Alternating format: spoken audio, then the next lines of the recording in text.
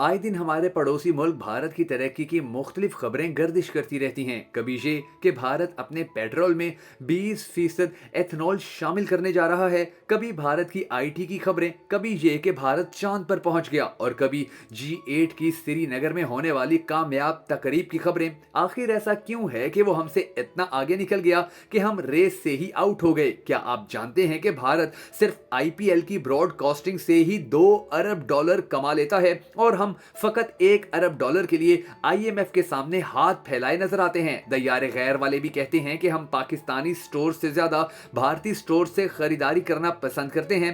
اپنے علاقوں میں ہمارے ہی حصوں کے پانی پر ڈیم بنا کر وہ کس قدر فائدہ لے رہا ہے۔ ہم روس سے تیل لینے کی آج بات کر رہے ہیں، جبکہ بھارت 70 کی دہائی سے ہی روس سے تیل لے رہا ہے۔ اربوں کی امداد اور بھیک ہمیں ملتی ہے، جبکہ کاروبار وہ بھارت سے کرتے ہیں۔ آخر ایسا کیوں ہے کہ ہم پیچھے رہ گئے اور وہ بہت آگے نکل گئے؟ ایئر انڈیا بھارت کی 91 سال پرانی ایئر لائن ہے۔ یہ کمپنی رتن ٹاٹا نے 1932 میں بنائی تھی، اور تقسیم کے بعد بھارتی حکومت نے اس پر قبضہ کر لیا اور اسے بالکل ویسے ہی چلاتی رہی جیسے پاکستان میں PIA کو یہاں کی سرکاروں نے چلایا۔ لیکن پھر 28 جنوری 2022 کو ٹاٹا گروپ نے $2.25 بلین میں ایئر انڈیا دوبارہ خرید لی، اور صرف ایک سال میں یعنی 14 فروری 2023 کو سول ایویشن کی تاریخ کا سب سے بڑا فیصلہ بھی کر لیا۔ ایئر انڈیا نے 470 نئے جہازوں کا آرڈر دے کر پوری دنیا کو حیران کر دیا۔ ان طیاروں میں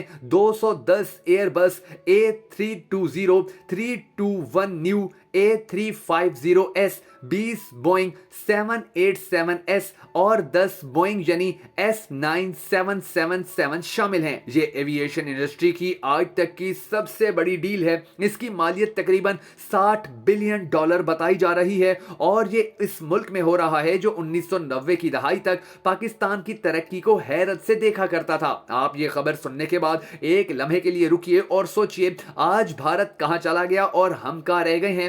ہم $1.5 بلین کے لیے IMF کے سامنے ایریاں رگڑ رہے ہیں، جبکہ بھارت میں ایک کمپنی $60 بلین کی ڈیل کر رہی ہے، اور امریکی صدر جو بائیڈن، فرینچ صدر میکرون اور برطانوی وزیر اعظم رشی سوناک بھارتی وزیر اعظم نریندر مودی کو مبارکبادیں پیش کر رہے ہیں۔ بھارت اس ڈیل کے ساتھ ساتھ دبئی اور دوحہ اسٹینڈرڈ کے 80 نئے ایئرپورٹس بھی بنا رہا ہے، جس کے بعد بھارت ایشیا میں سول ایویشن کا سب سے بڑا مرکز بن جائے گا، اور یہ بھی کہا جا رہا ہے کہ یہ چین کو بھی پیچھے چھوڑ دے گا۔ ایئر انڈیا سے سالانہ 7 کروڑ مسافر دنیا جہان کی سیر کر سکیں گے۔ اب دوسری بار رکیے اور سوچئے کہ ہم آج ایئر انڈیا کو PIA کے ساتھ کمپیئر کر سکتے ہیں؟ تو اس کا جواب ہے ہرگز نہیں، کیونکہ ہمارے ہاں تو پاکستان کے تمام اداروں کا بیڑا غرق ہو چکا ہے، اور ہمیں صرف ایک ہی سبق پڑھایا گیا کہ بھارت ہمارا دشمن ہے، جبکہ دوسری جانب بھارت اپنی ترقی کو آسمان کی بلندیوں تک لے گیا، اور انہیں صرف ایک ہی سبق پڑھایا گیا کہ پاکستان ہمارا دشمن تو ہے،